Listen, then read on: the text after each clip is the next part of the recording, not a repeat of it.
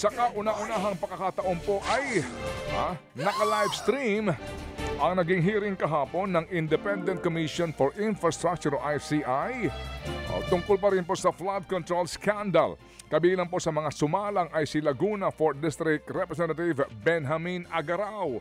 Isa siya sa mga idinadawit ng kontratistang si Curly Discaya dahil sa umano'y pagtanggap ng 9 million pesos na advance commission para po sa flood control projects. Pero giit ng mambabatas, hindi niya kakilala ang mga Discaya. Siya rin po'y tumatanggi na siya'y may bagman o kanang kamay na sinasabi pong nakausap daw ng mga kontratista. Kahit nga raw regalo ay wala siya natatanggap. Dahil nga sa pagkakadawit po sa flood control scandal, pinag-aaralan daw ni Agarao na siya pa ang magsampa ng reklamo laban sa mga nagbibintang sa kanya.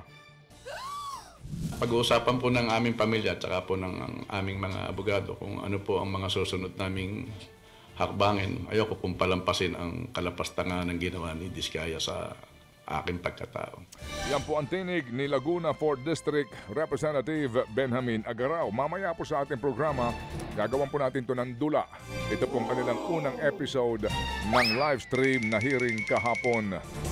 Samantala, handa naman daw magpa-lifestyle check si House Majority Leader Sandro Marcos. Kasunod pa rin ang lumabas na report ng Philippine Center for Investigative Journalism o PCIJ kung saan tinawag na pork barrel kings ang presidential son at ang dating House Speaker na si Martin Romualdez. Paliwanag ng PCIJ, may mala pork barrel daw na sistema sa mga proyekto ng DPWH at ang dalawang opisyal daw ang pinakamalaki ang parte. Sa katunayan, pinakamalaking bahagi ng tinatayang 1.2 trillion pesos allocable funds ng ahensya napunta daw kay Sandro Marcos. Wala pa namang sagot ang presidential son sa alegasyon.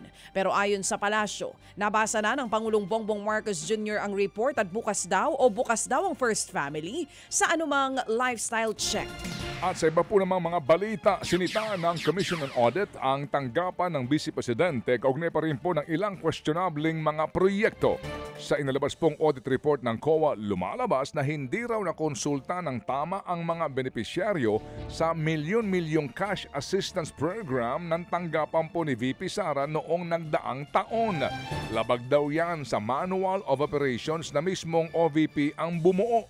Ayon din po sa report ng COA, matapos pong ilabas ang pondo para sa programa, 11 lamang ang binisitang beneficiaries ng OVP mula sa kabuuang 83. Hindi rin daw po na-liquidate ng nasa oras ang higit na 2 milyong financial assistance na inilabas ng programa. Bukod sa questionabling programa, ilan din pong kahina-hinalang procurement din daw ng OVP ang nadiskubre. Sa naturang report ng PhilStar, lumalabas po na bumili ng 19 units ng motorsiklo sa halagang 26 million pesos at 13 laptop na nagkakahalaga po naman ng 300,000 pesos per isa o kada piraso ang OVP. Meron din pong binili na 4 na aircon units na ang halaga daw po ay 300,000 piso. At CCTV units na 200,000 piso po ang kada isa. Binili po ang mga ito noong pong 2023 at 2024. Ayon pa rin po sa PhilStar, hindi sinita ng COA ang mga nasabing procurement. Wala pa rin pong komento rito ang OVP tungkol sa nasabing report. Samantala sa ibang balita, mismong si Senate President Tito Soto ang nagpayo sa publiko na pwedeng maghain ng ethics complaint ang sino man laban kay Senator Ronald Bato de la Rosa. Kaugnay pa rin po yan ng 3 linggo na pag-absent sa Senado. Hindi pa rin nagpapakita si Senator Bato mula nang magbalik sesyon ng Senado noong November 11 matapos nga pong pumutok ang balitang naglabas na daw ng arrest warrant ang ICC laban sa kanya. Ayon kay Senator Ping Lacson, huli niyang nakakwentuhan si Bato sa group chat nila ng mga senador 2 linggo ang nakalilipas. Nagkabiruan pa raw sila tungkol sa pagtatago dahil minsan na ring nagtago si Lacson nang masangkot noon sa Dacer Corbito double murder case. SP, does that mean kahit 2 to 3 weeks ng absence si Sen Bato, sumisweldo po siya? Sa Congress ka, merong 1 buong taon hindi mapasok eh. Opo. Wala naman silang ginagawa, wala rin umaangal eh. Diba? Opo. O ito, 2 to 3 weeks pa lang. Pero may sweldo yan, SP. Diretso. Siyempre. Okay. So, allotted na yun eh. Allotted na yun. Yan nga po ang tinig ni Senator Tito Soto, Senate President Tito Soto.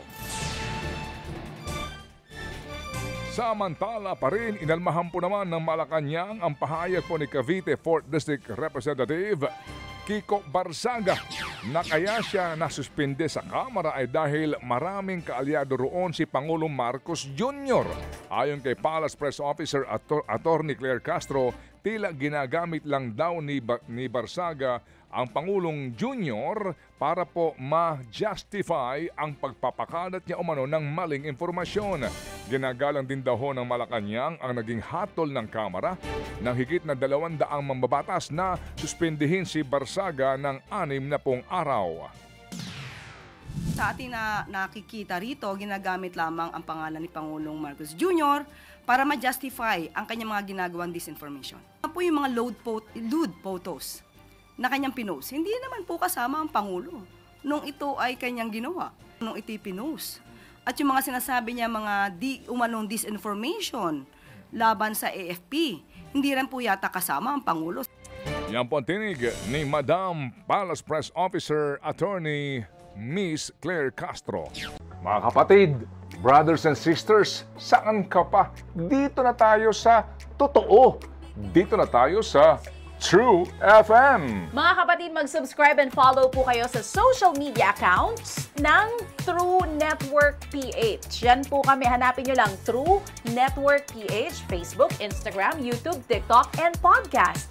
Mapa Apple or Spotify man yan, mahahanap nyo kami. Lahat ng mga napapanood at napapakinggan nyo po sa programa, nasa social media accounts namin yan. So, paano mga kapatid? See you sa social media!